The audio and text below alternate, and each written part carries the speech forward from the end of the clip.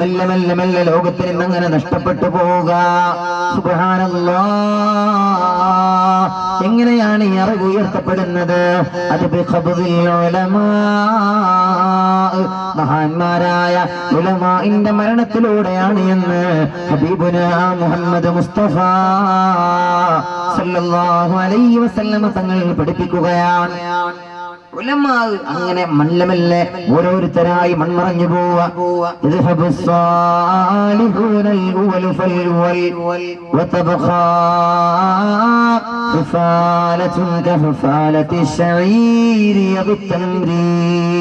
ഹബീബ് നബി മുഹമ്മദ് മുസ്തഫ സല്ലല്ലാഹു അലൈഹി വസല്ലം തങ്ങൾ പറയാണ്,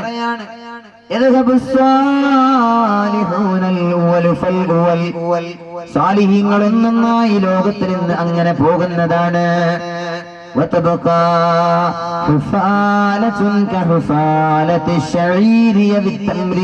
പിന്നെ കാരക്കയുടെ അല്ലെങ്കിൽ ബാർലിയുടെ തോല് പോലെയുള്ള തോലുകൾ മാത്രം ഇവിടെ ബാക്കിയാകുന്ന ഒരു കാലം വരും.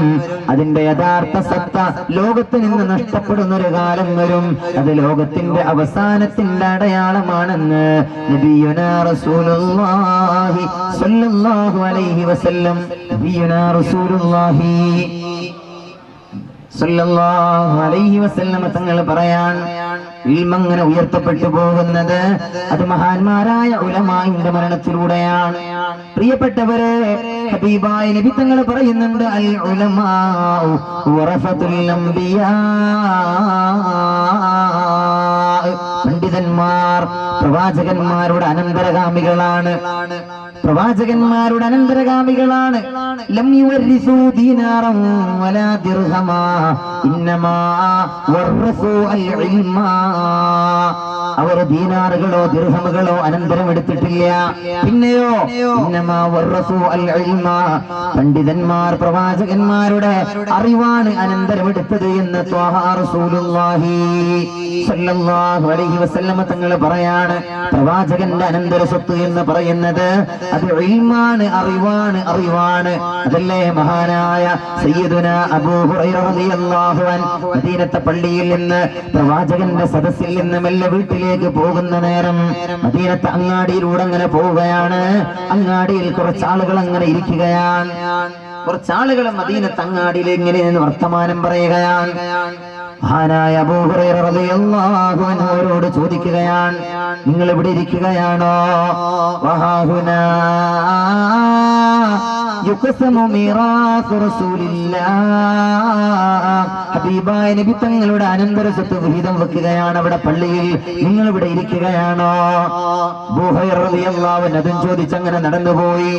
അവിടെ ഇരിക്കുന്ന ആളുകൾ അവർ നേരെ പള്ളിയിലേക്ക് ചെന്നു. പള്ളിയിൽ പോയി നോക്കുമ്പോ അവിടെ അനന്തര സ്വത്ത് വിഹിതം വെക്കുന്നതൊന്നും അവരെ കണ്ടില്ല. അവര് വേഗം ഓടി വന്നു അബൂ ഹുറൈറ റളിയല്ലാഹു അൻഹുവിന്റെ അരികിലേക്ക്. യാ അബൂ ഹുറൈറ, അല്ലയോ അബൂ ഹുറൈറ, നിങ്ങൾ എന്തിനാ ഞങ്ങളോട് കളവ് പറഞ്ഞത്? എന്താ കളവ് പറഞ്ഞത്? അബൂ ഹുറൈറ ചോദിച്ചു, എന്താണ് ഞാൻ കളവ് പറഞ്ഞത്? നിങ്ങൾ എന്തിനാണ് പറഞ്ഞത് ഇവിടെ ഹബീബായ നബി തങ്ങൾ അനന്തര സ്വത്ത് വിഹിതം വെക്കുകയാണെന്ന്? മഹാനായ അബൂ ഹുറൈറ റളിയല്ലാഹു അൻഹു ചോദിച്ചു, നിങ്ങൾ എന്താണ് പള്ളിയിൽ കണ്ടത്? റഅയ്നാ ഖൗമൻ യുസല്ലൂന വയുഅല്ലിമൂന വയതഅല്ലമൂൻ വയതദാകറൂന അൽ ഹലാല വൽ ഹറാം. അവിടെ അറിവ് പറഞ്ഞു കൊടുക്കുകയും അത് കേൾക്കുകയും ചെയ്യുന്ന ഒരു വിഭാഗം ആളുകളെ ഞങ്ങൾ കണ്ടു. യതദാകറൂനൽ ഹലാല വൽ ഹറാം, ഹലാൽ ഹറാമുകളെ ചർച്ച ചെയ്യുന്ന ഒരു വിഭാഗത്തെ ഞങ്ങൾ അവിടെ കണ്ടു. അബൂ ഹുറൈറ റളിയല്ലാഹു അൻഹു പറഞ്ഞു, വൈഹക്കും വൈഹക്കും, നിങ്ങൾക്ക് നാശം. ദാക മീറാസു റസൂലില്ലാഹി സ്വല്ലല്ലാഹു അലൈഹി വസല്ലം, അത് തന്നെയാണ് ഹബീബായ നബി തങ്ങളുടെ അനന്തര സ്വത്ത് എന്ന് സയ്യിദുനാ അബൂ ഹുറൈറ റളിയല്ലാഹു തആല അൻഹു തങ്ങൾ അവർക്ക് പറഞ്ഞു കൊടുക്കുകയാണ്. എന്റെ പ്രിയപ്പെട്ടവരെ, ആ മഹാന്മാരായ പ്രവാചകന്മാരുടെ അനന്തര സ്വത്ത് അങ്ങനെ തന്നെ ലഭിച്ചവരാണ് മഹാന്മാരായ ഉലമാ.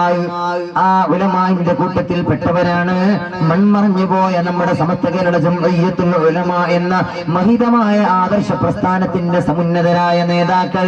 അവർക്കൊക്കെ റബ്ബ് സുബ്ഹാനഹു വ തആല മഗ്ഫിറത്തും മർഹമത്തും പ്രദാനം ചെയ്യട്ടെ.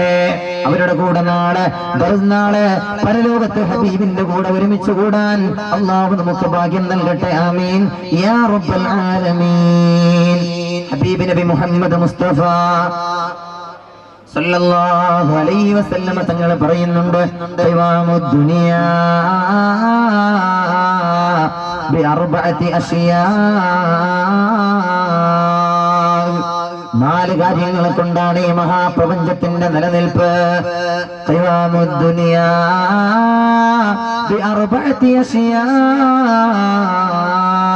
ഏതാണ് ആ 4 കാര്യങ്ങൾ? ബിഇൽമിൽ ഉലമാഇ വബിഅദ്ലിൽ ഉമറാഇ വബിസഖാവത്തിൽ അഗ്നിയാഇ വബിദഅവത്തിൽ ഫുഖറാഇ.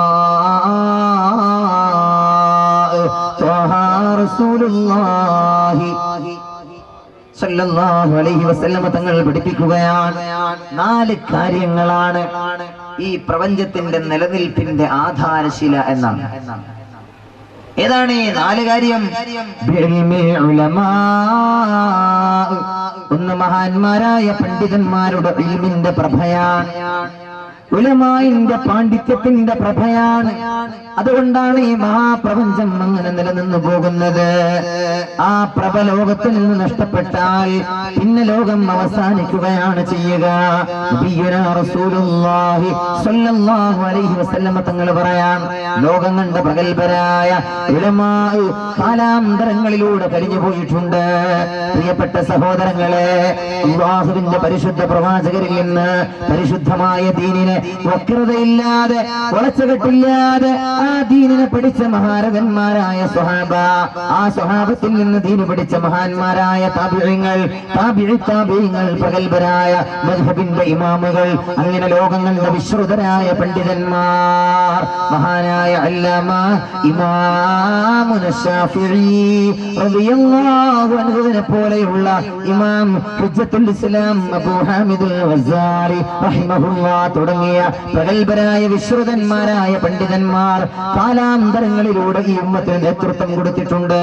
അങ്ങനെയുള്ള ഉലമാഇന്റെ ഇൽമിന്റെ പ്രഭ കൊണ്ടാണ് ഈ മഹാപ്രപഞ്ചം അങ്ങനെ നിലനിന്നു പോകുന്നത് എന്ന് 1400 മുമ്പ് റൂഹി ഫിദാ നബി മുഹമ്മദ് മുസ്തഫ സല്ലല്ലാഹു അലൈഹി വസല്ലമ തങ്ങൾ പറയാണ്.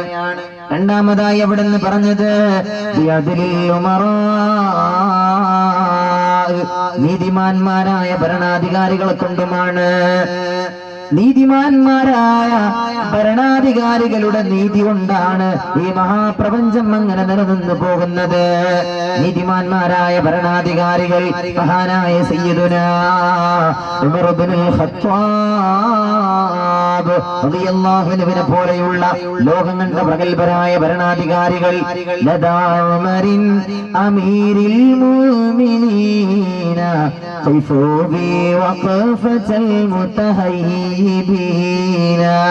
മലികുൻ ذو مآثر باسقات يقصر عن مداه سابقون. മഹാന്മാരായ ആളുകൾ പറയുന്നത് അങ്ങനെയാണ്. ക്രൈസ്തവ പണ്ഡിതനെ രേഖപ്പെടുത്തുന്ന വരികളാണിത്.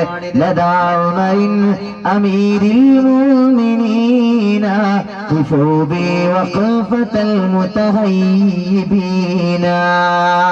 ലോകം കണ്ട നീതിമാനായ ഭരണാധികാരി, ഇസ്ലാമിക ഖിലാഫത്തിന്റെ 2ാമത്തെ പ്രസിഡന്റ് സയ്യിദുനാ ഉമർ ഇബ്നുൽ ഖത്താബ് റളിയല്ലാഹു അൻഹു. എന്റെ പ്രിയപ്പെട്ടവരെ, ലോകം മുഴുവനും വാഴ്ത്തി പറഞ്ഞ ഭരണാധികാരിയാണവർ. ലോകം മുഴുവനും വാഴ്ത്തി പറഞ്ഞ ഭരണാധികാരിയാണവർ. മഹാനായ നമ്മുടെ ഇന്ത്യ മഹാരാജ്യത്തിന്റെ അഭിമന്യനായ രാഷ്ട്രപിതാവ് മോഹൻദാസ് കരംചന്ദ് ഗാന്ധി എന്ന മഹാനായ മഹാത്മജി അവരെന്തായി ലോകത്തോട് വിളിച്ചു പറഞ്ഞത്? സ്വാതന്ത്ര്യാനന്തര ഭാരതത്തിൽ ഞാൻ ആഗ്രഹിക്കുന്നത് ഖലീഫ ഉമറിന്റെ ഭരണമാണ് എന്ന് മഹാത്മജി പറഞ്ഞിട്ടുണ്ട്. ഇന്ന് ഡൽഹിയുടെ അഭിമന്യനായ മുഖ്യമന്ത്രി അരവിന്ദ് കെജ്രിവാൾ പലപ്പോഴും അവര് പറയുന്നത് നമ്മൾ കേട്ടിട്ടുണ്ട്, വാർത്താ മാധ്യമങ്ങളിലൂടെ നമ്മൾ വായിച്ചിട്ടുണ്ട്. എന്റെ സ്റ്റേറ്റിൽ ഞാൻ ആഗ്രഹിക്കുന്നത് ഖലീഫ ഉമറിന്റെ ഭരണമാണ്. എന്റെ പ്രിയപ്പെട്ടവരെ, ലോകത്ത് നന്മയുള്ള ഭരണം കാഴ്ചവെക്കണമെന്ന് ആഗ്രഹിക്കുന്ന ഭരണാധികാരികൾ മുഴുവനും മഹാനായ ഉമറിന്റെ ഭരണം മാതൃകയാക്കാനാണ് ആഗ്രഹിച്ചിട്ടുള്ളത്. മഹാനായ ഉമർ ഇബ്നുൽ ഖത്താബ് റളിയല്ലാഹു അൻഹു നീതിമാനായ ഭരണാധികാരികൾ, അതുപോലെയുള്ള അധികാരികളുടെ നീതി കൊണ്ടുമാണ് ഈ ലോകം നിലനിന്നു പോകുന്നത്. നബിയുനാ റസൂലുള്ളാഹി. മൂന്നാമതായി ഹബീബായ നബി തങ്ങൾ പറയാണ്, മൂന്നാമതായി പുണ്യപ്രവാചകര് പറയാണ്,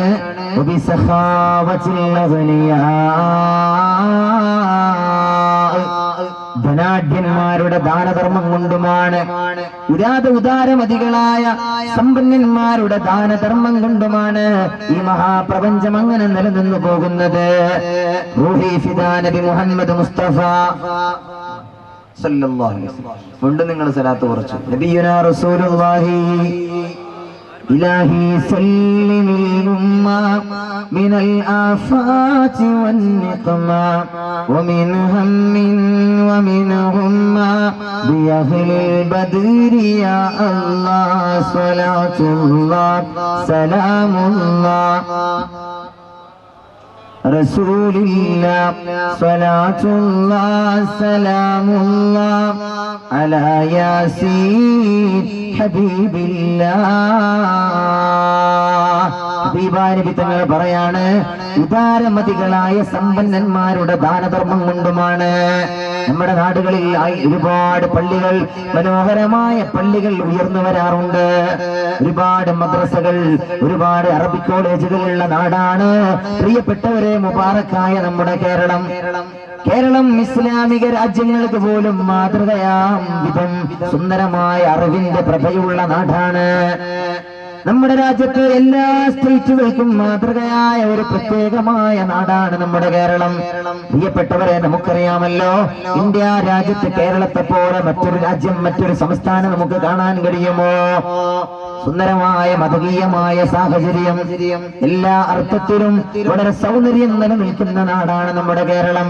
സുബ്ഹാനല്ലാഹ്, അല്ലാഹു റബ്ബുൽ ഇസ്സത്ത് ഈ നാടിന്റെ ഈ ഒരു മഹത്വം നിലനിർത്തി അനുഗ്രഹിക്കുമാറാകട്ടെ.